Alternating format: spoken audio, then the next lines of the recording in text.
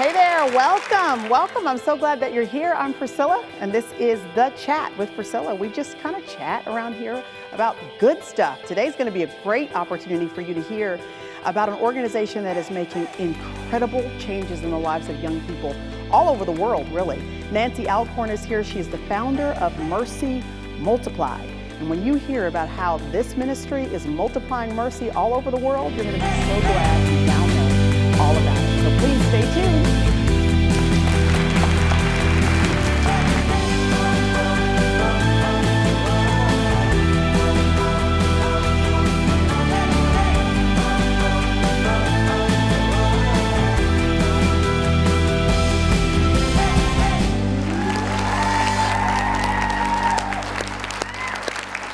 I am glad that you are here. So glad that you are here, and so glad that all of you in the audience today are here as well. I'm going to be able to introduce you to a woman that when I first met her about 7 or 8 years ago, I was blown away. Not only by what she's accomplished in ministry and in her organization, but just by her as a woman, the determination, the diligence, the faithfulness, the vision that she has had to have to do what she's done over the past 30 years or so has been nothing less than remarkable. So just sit tight, because you're going to want to hear not only from this particular woman, but also from the lives of a couple of others whose stories have been completely changed. The trajectory of their life has been set on a completely different path because of her influence. Would you please welcome to the program today, Miss Nancy Alcorn. Come on, Nancy. How are you? Good. So good to see you. I'm so glad that you're here. Have a seat. Get comfortable. In the little, you like our little living room we got going on here? I love it, man. Yeah. This is rocking. Okay, good. These pillows feel good, too. The first time I met you, I was kind of just taken back because you're just in this little petite, sweet, blonde little package right there. And then you open up your mouth and it's like fire. You are passionate about what it is that you do. So please describe what it is that you're so passionate about.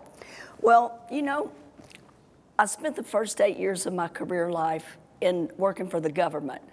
So you see a lot of failure. I mean, it's just the way it is. Yeah. And unfortunately, we were working with troubled teenage girls. And so I worked as the athletic director at a girls' prison. There were 300 locked up at any one given time, ages 14 to 18. And they were sent because they were too young to go to the women's prison. And so they were labeled. They were told all the things that were wrong with them. They were told all the reasons why they could never change, why they'd never be anything. So basically, it was like medicate, label, put them in the world's trash can, and reject, cast away, throw away, and that's it. And during that time, I saw kids go home and get murdered by pimps. They die from drug overdoses, get killed in street gang fights. Some of them committed suicide because they believed the lie that they could never change. And here I am, a believer, knowing that the same Jesus that changed my life could change theirs, and that's what I'm experiencing, and it was just breaking my heart. And so then I spent 3 more years investigating child abuse cases in emergency child protective services. And I saw all the things that happened to those teenage girls when they were little. God said, you just spent 5 years dealing with angry teenage girls, and now I'm taking you back in time and showing you why they were so angry, why the anger was so strong, and how they got where they got, and the why behind the what. I call it the why behind the what. We're so quick to judge, and yet Everybody has a story. Everybody. Yeah. And God said, if you'd walked in their shoes and been where they've been, that would be you, whatever their you might have been. Yeah. So after 8 years of that, I realized that God has not equipped the government to heal broken hearts and set captives free. He's the only one that can do it, and we have to have the freedom to share that message. And they had this real evil thing. First week I worked for the government, they had this evil thing called new staff orientation. First thing they said, separation of church and state. You cannot talk about God here. You can't ever tell him, and I'm like, so it's like you have the remedy. You have the solution for these girls' lives. You know what it is, but you're in an environment that is not releasing you and encouraging you and even allowing you to share the solution. That's right. So you're probably very frustrated. Oh, frustrated is beyond words. And yet, Priscilla, here's the truth. I know now that I was telling God, I want to go to Bible school. And he said, I got you in Bible school right now, girl. I'm showing you everything that looks good and sound good on paper that all the taxpayers are paying for, and it's not working. And isn't it interesting that had you gone to Bible school, which is where a lot of people think that if I just do white picket fence Christianity, then I'll get what I need to be successful in ministry. Right. But sometimes in settings like this is what is equipping you to do exactly what God had purposed for you to do all along. It's the truth. I know now that he totally ordered my steps and directed my path, but I didn't understand it at the time. And when I would see little kids, being molested and abused and beaten and all that, and I'd have nightmares about it, and we didn't have cell phones back then, so my beeper go off at 3 o'clock in the morning. I'd have to go out and get dressed, meet the police, and go into a home and see an awful thing like that. And when you see it on the news, you read it in the newspaper, it's kind of, you can forget about it. Yeah. But when I saw it with my own eyes, I couldn't get away from it. And to this day, and I'm thankful, I had nightmares back then, but God's taken those away. But I remember being mad at God, like, God, what are you doing with me? And he said, I'm preparing you for the future because I have something that I want you to do, but it's not time yet, and I'll let you know when it's time. And when the time came, what did it look like that God wanted you to do? And what has happened over the past 20, 30 years? Tell us. It was the fall of 1982, and I felt that the Lord has started dealing with me, like it's time for you to let go of your government job, and I'm going to have you start a Christian-based organization. And I mean, I was up in the middle of the night, and it was writing so fast because it was like God was downloading this vision. But there were 3 core principles that he showed me. He said, I want you to take young women in free of charge who want help, because people have to want help. You got to want it. I remember Jesus even asking, do you want to be made whole? Exactly. Yeah. Do you want it? Okay. Exactly. So even if they don't have the resources for your program, financial resources for your program, how does that work? If somebody wants it, but they don't really have the money to pay for it? Well, here's the way the program works. We take these are the 3 things God said. You take those young women in free of charge, every single one of them, because all of them are going to have trust issues. Most of them wouldn't have the money, vast majority. And even the ones that do, they need to know it's not about their mom or dad's checkbook. Mm-hmm. It's about them, and they need to be able to trust you, and they need to be able to look from every angle and see nothing in it except that you genuinely care. So you founded Mercy Multiplied. Mercy Multiplied, yes. And it's free of charge. Take the girls in free of charge. Give. Your needs will be met through your giving. So give 10% of everything at least that comes into your ministry to other ministries. Mm-hmm. And thirdly, no government funding, so that you have the full freedom to share Christ. That's good news, isn't it, y'all? That's really good. Tell us the kinds of women that are coming to you and have been for a long time now. Right. This is our 32nd year. So you've literally given your whole life to this passion that God placed in you. I have. And you know what? I'm more passionate today than I've ever been because of what I've seen happen. Okay, tell us. We want to hear some stories of what you've seen that happen. Have been transformed. Okay, we deal with girls coming in with addictions, severe sexual abuse, sex trafficking, unplanned pregnancy. We have a licensed adoption agency if girls want to choose that option. If they want to choose to parent, we help prepare them for that. We have girls that have self-harm issues, girls with severe eating disorders. We have one girl, in fact, who came in with a severe eating disorder, and her parents were from Texas, and they were kind of a well-to-do family, so they had paid literally hundreds of thousands of dollars for her to go to the best treatment programs. Mm-hmm, mm-hmm. And so the doctor said, well, your daughter will probably end up dying from this eating disorder, but if she ever does manage to get over it, she's destroyed her body. She'll never be able to have children. So fast forward, that was in 2003. Fast forward to today, she went home, God totally healed her. She got over the eating disorder. She went home, got planted in the local church, met this young man. They did it all the right way, waited, till they were married. But boy, after they got married, they figured it out real fast because she just gave birth to baby number 7. So her body's obviously healed and working. Yes, it's working just fine. It's all working good. Well, that's wonderful. And the thing is, you see so many success stories like that. This is what I love so much about Mercy Multiplied and why I wanted to introduce Nancy to all of you, is because this is a program that works. There are so many success stories, some of which we have right here in this room with us today. Yes. Women whose lives are completely revolutionized by what you were doing. So when a woman enters the program, what does her treatment look like? Okay. Well, the fun thing for me to answer that question, and I know you'll totally agree with what I'm about to say, but the programs they've been to, they really are treatment programs. They treat symptoms. Right. But what God does is he's an inside guy. He comes on the inside of a heart. and he heals the wounds, he heals the brokenhearted, he breaks off those chains, and he brings transformation.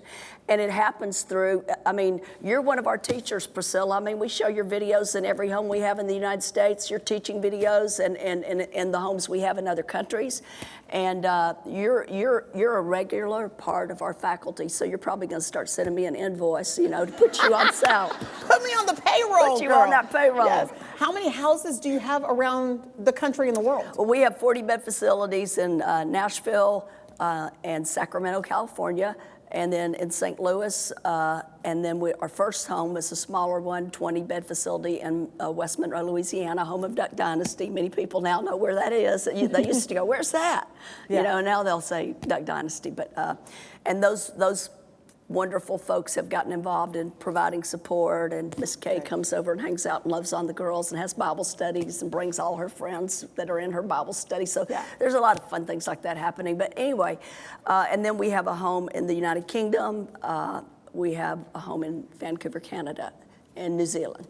And you have a home in Nashville. Yes. Oh, yeah. I have a big 40-bed facility here in Nashville and a 3-story office building where we do all of the officing, the business side for the whole international part of Mercy And what I found really interesting about, you know, the more I've found out about Mercy Multiplied and have talked to you about it, I really have found interesting the detail that you have taken in the kind of food these women are eating, how they are, the arrangement of where they are sleeping and how they are sleeping, the job training that they're getting. So just talk a little bit about the kind of detail to attention you have put into how you're treating these women once they come to you. Well, you know, it's one thing, you know, it's one thing to say to a young girl, you know, you're loved, you're forgiven, you're valuable, you're treasured, you're a daughter of the King. But if that's really true, I'm sending her a double message if I put her in a bed that somebody threw out of their garage because it wasn't good enough for their kid to sleep on. Mm-hmm. So what we tell our supporters is, you know, we would not want any of our girls to sleep on a bed that you wouldn't want your daughter to sleep on. Not that we're not grateful for anything that comes our way, but I told God from the very beginning, if you're asking me to do this, then I want to be able to do it with excellence. I want the girls to walk through that door, and we've literally had girls from the streets walk through that door and just start sobbing because they can't believe how beautiful everything is. I mean, it's beautiful furniture, it's beautiful beds, it's trained staff, it's food that is, you know, these girls have depleted their bodies with drug addictions and eating disorders and all just the rough lifestyle that they've lived and just not taking care of themselves. And so we have a nutritionist, we have a nurse, you know, it's about healthy, organic, good food and people believe in that. And we even had a couple in Nashville recently who own an organic farm, and they just came out and just said, we're going to keep doing this. We're going to keep sending all this fresh food your way because they realize that it's helping bring healing to the body. Only God can heal the heart, but the body needs to be healed too. There's a reason why that girl just had 7 kids. I mean, she had to get it all right, you know? Yeah. And God, I believe supernaturally, God touched her and healed her because he said, by my stripes you are healed. But also, we help a girl learn life skills. We help her nutritionally. We have a lot of young girls that come through the doors, and unfortunately, they've never had a parenting, so they don't even know how to wash a load of clothes. We have to teach them how to do that. So it's like the spirit, soul, and body, everything that a young girl would need to know, and we want her to feel loved and treasured. And so we tend to those details. We try to help them get a vision for their future. We say, look at it, your past doesn't have to destroy your future. God has great things in store for you. You can become anything you want to be. And we have Mercy Multiplied is girls that have received God's message that are out there multiplying it in the lives of other people, and it is so fun to watch. Well, you know what, Nancy, if you just had a little passion, it might be effective. Tonight might be a little bit more effective. When we come back, we're going to meet a woman whose life has been affected and changed and impacted by Nancy Alcorn and Mercy Multiplied. We'll be right back.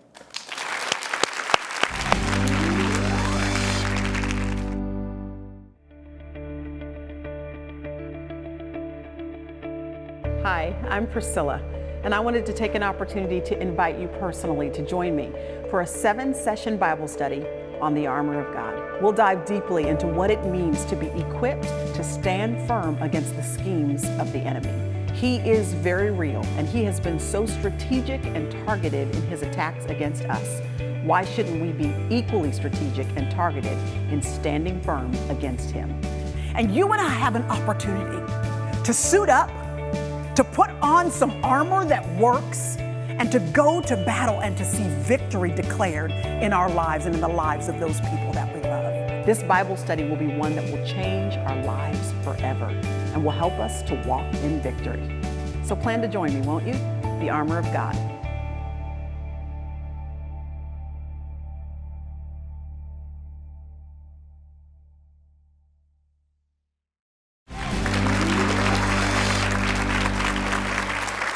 Hey, welcome back. So glad you have stayed tuned because you are joining us to meet up with Nancy Alcorn, who is an incredible woman who has changed and affected many people's lives, not the least of which is my own. My life has been so impacted by her. And she's also written this book, Ditch the Baggage, Change Your Life, seven Keys to Lasting Freedom. And who of us does not want lasting freedom?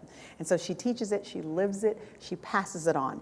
Kay Robertson, the co-star of Duck Dynasty, says this: Nancy Alcorn gives practical and easy to understand lessons for anyone seeking lasting freedom. Take a step onto the path towards peace and hope and get this book today. And I say, Miss Kay, you are right. Everybody needs a copy of this to see what freedom looks like and to see how they can be ushered into it themselves. We have a young woman who is joining us today who knows firsthand about how the journey to freedom looks, and she's going to share her story with us. Would you guys please help me to welcome Camilla to the program today? Hi, Camilla. Hi. You look good, girl. Thank you. And you have had quite a little change in the trajectory of your life as well, right? Because of coming in contact with Nancy and Mercy. Absolutely. Absolutely. Okay, Yeah. we want to hear the story. Just tell us kind of what your formative years look like and what path that led you down and then how you ended up connected with this ministry. Sure.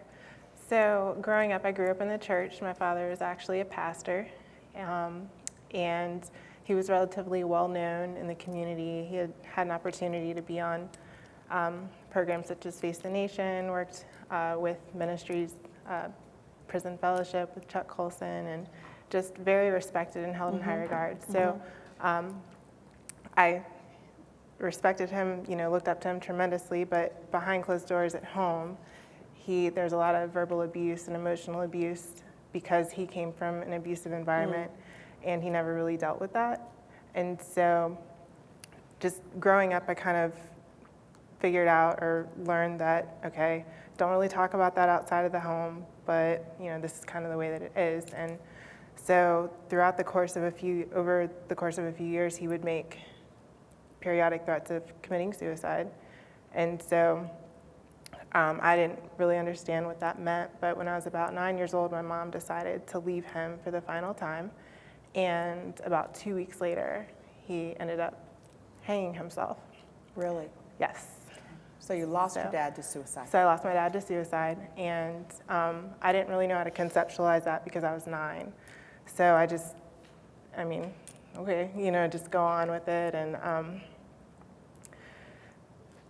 from that point, on, things just systematically got worse in regards to just emotionally. I was really shut down. My mom tried to put me in different programs as far as counseling and things like that, but initially I didn't want to go. And then as I proceeded through middle school and into high school, I'd been to numerous counselors.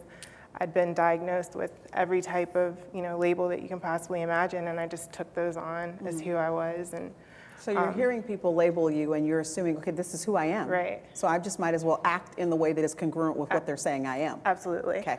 And so at the time, I was still going to church and things like that, but when I would hear about Jesus or God, all I could do is equate it to what I saw in my home, and I didn't get what that meant, and I was really angry, and so I took on what they told me that I was. So by the time I was in high school, I myself had actually been institutionalized 3 times for attempted suicide. And by the time you were in high school, could you tell me what you think the top factors were that led you to that point of desperation? Because you can feel hopeless and be emotional and be discouraged and be down and depressed even, but it's another level of desperation that causes you to actually get to the place where you really just want to end your life, not once, not twice, but 3 times. Can you describe what that feels like to be in that place? just darkness. Just I felt like an ache in my soul, and I saw absolutely no way to escape that. Plus, I have a doctor, someone, he's got degrees on the wall. He's gone to school telling me that I'm always going to be this way, and I mean, okay, what? Why would you want to live that way? And so I just felt hopeless, and I figured, what's the point of being here? Mm-hmm. So 3 times you try to take your life, obviously, weren't successful. And then what happens from there? So from there, I graduated high school. I proceeded to, move on to the college realm, and just partying escalated, got involved. And at this point, I'd been involved with numerous relationships, but I began hanging around a drug dealer, and we became involved, and he was very abusive. And Physically abusive? It got to that point. Did. But primarily it was the psychological, verbal abuse, emotional abuse, and I ended up getting pregnant by him, and I ended up having 2 abortions. And so you take on the pain of your dad and all these different things that have happened, and you add that, it's like, I mean, if you didn't think that the shame and the guilt could get any lower than that, it did. And at that point, I really didn't know I was just existing, I had no value in myself as a person. And how old were you at this point? I was about 23. And you were in college? I'd actually decided to not pursue school at that time, Okay. and I was just pretty much in the party scene. That was my life at that point. Okay. And so then after you reach 23 years of age, so you're an adult, you've chosen a lifestyle where now you are not just dating this drug dealer, but I'm assuming you were taking drugs. I was smoking marijuana. Yep. Pretty, that was the daily. And then I was abusing alcohol. So that was pretty much my life. And then one day, do you overhear about Mercy Ministries? Not exactly, actually. I was a bartender, and I ended up getting fired one day. And the reason why that's significant is the very next day I was sitting and watching TBN, which was like a miracle in itself, because why would that be on? Why in the world is that on? And there was 2 pastors on, and they were like, if you want to accept Christ, say this with us. And I was just like, all right, whatever. And that's pretty much how I decided to become a Christian. And I joke because my roommate at the time, she wasn't a Christian. And then after that, I was always watching TBN, and she moved out 2 weeks later, and she's like, I don't know what's going on. But so at that point, I started going to church, and things got a little bit better, but there was a lot of work to be done. And so I prayed one night specifically, not knowing about Mercy. There's got to be a place that I can go free of charge to get help, because I knew that I needed help, and I wanted help, and I was hungry for it. And But you knew that if you had to be able to afford expensive help, then it was going to shut you out right away. Right. There's no way. Yeah. And so about 2 weeks later, I got a Joyce Meyer magazine, and Nancy was inside. And so I applied. I got the application. I started the process when I was 24, and then I decided not to go. I was like, I'll just figure this out. So. Can I ask where your mom was during all this time? Sure. My mom, she's a prayer warrior. I mean, you ask her what happened, she's just like, God told me, let her go, and I'll deal with it. And so, my mom was just doing the best that she could. She's a phenomenal mother, how she was able to deal with me and everything that was going on, and then what happened. So she was still there, very present, just in a way that was handing you over to the Lord to let him do, because she'd done everything that she could at that point. Right. She would listen to what was going on, but she stopped trying to control everything at that point. Okay. Keep going. Come on. We're enjoying it. Let's see. So I, through about 24 to 28, I, was working. I was able to function. I became very good at having that facade. If you were to meet me, unless you kind of did a little bit of digging, for the most part, you couldn't really least I don't think people could really tell what was going on. So you knew about Nancy at 24, started applying at 24, Right. but then went through 4 more years of living the way you were because you just didn't want to take that step and go. Pretty much. Okay. Yeah. When you look back, why do you think that was? Pride. Yeah. This is a big one. Yeah. So Then what happens at 28?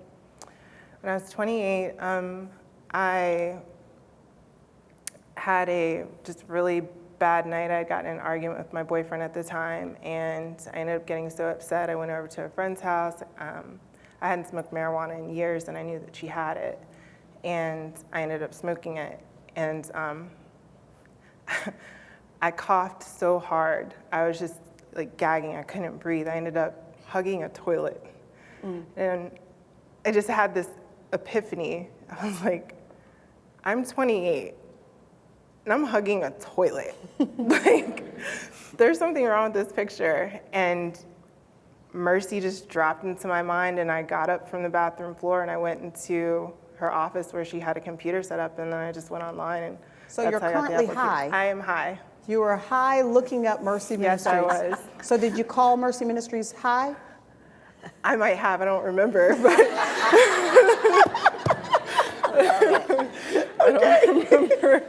So after Yeah. you entered the program, how has your life changed?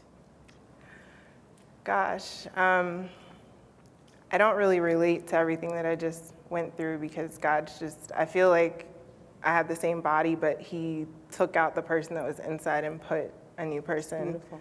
inside. That's really the only way that I can really describe it. So you almost feel like, as you're talking about this to us, you almost feel like you're talking about somebody else. Absolutely. Like that wasn't even me. Right.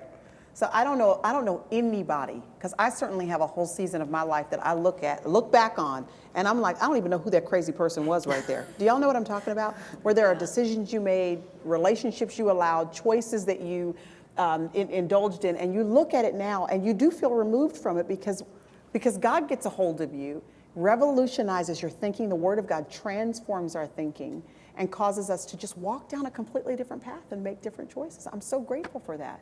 And what have you seen, the change in her from the time that you first met her till now? What are the words of encouragement you would speak over her life that are so contrary to what she was labeled when she was little? She is, well, for one thing, she's a tremendous gifted speaker. She's traveled and spoken with me in conferences, and she's confident, she's bold, she is so humble. She said prideful a while ago, filled with humility. She made a total commitment to God and knew that she was not going to settle for less than God's best, and God sent her a wonderful husband. And you've been married how many years? 4 years. 4 years. Beautiful. And he loves her, he supports her, he knows everything about her past, and he thinks she's the most beautiful, gorgeous thing he's ever seen. And they had the best relationship, and they'll come. That's what's so cool about these girls coming in free of charge, and they have their own business, and they become monthly partners with us, and they're giving back so that Yeah. other girls like them can get the help. Well, listen, you are a beautiful picture of what freedom looks like. Don't y'all think? Beautiful picture of what freedom looks like. We're so glad that you shared your story with us. And listen, if you need more information about how to get free and be free and stay free from any issue that might be just troubling you in your life, that you might be addicted to, hooked on, a habit, a lifestyle, a substance, anything, listen, you can be free too. And I know that Nancy Alcorn's book can begin to help you with that, but also know that Mercy Multiplied is a ministry that really can change the course of your entire life. You're going to want to click on the links that we have given you for Nancy Alcorn and for Mercy Multiplied so that you can learn more about them, not only if you're in need of help, but if you just want to support a great ministry, a great organization that is worth investing in financially and in your time, volunteering, in prayer. All of that goes into making this ministry exactly what it is, a ministry that has changed thousands of lives. Thank you so much for joining us.